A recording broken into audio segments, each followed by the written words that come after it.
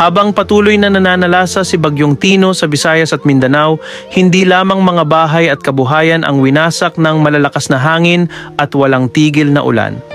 Kasama rin sa mga labis na naapektuhan ay ang mga hayop, mula sa mga alagang aso at pusa hanggang sa mga hayop sa kabukiran na naiwan sa gitna ng delubyo.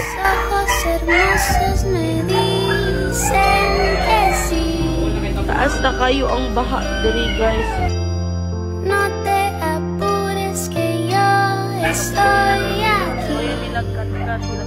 Sa mga video at larawan na ibinahagi ng mga netizens, makikita ang ilang alagang tila napabayaan habang bumubuhos ang ulan at lumalakas ang hangin.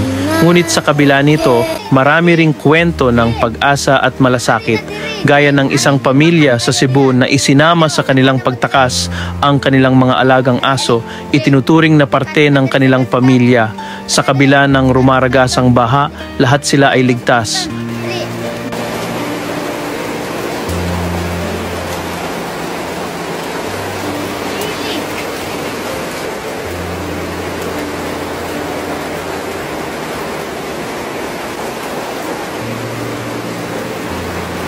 Hindi naman ganito ang dapat na kapalaran ng ilan pang hayop na makikitang nag-iisa at nagtatangkang mabuhay sa gitna ng unos, basang-basa, gutom at walang masisilungan.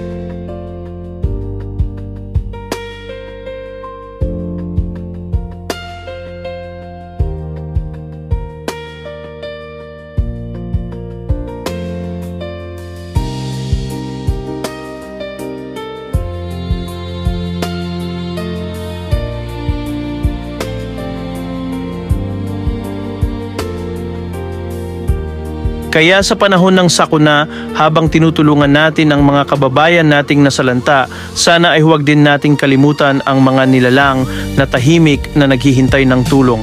Sa gitna ng trahedya, kahit kaunting malasakit para sa kanila ay maituturing ng malaking pag-asa.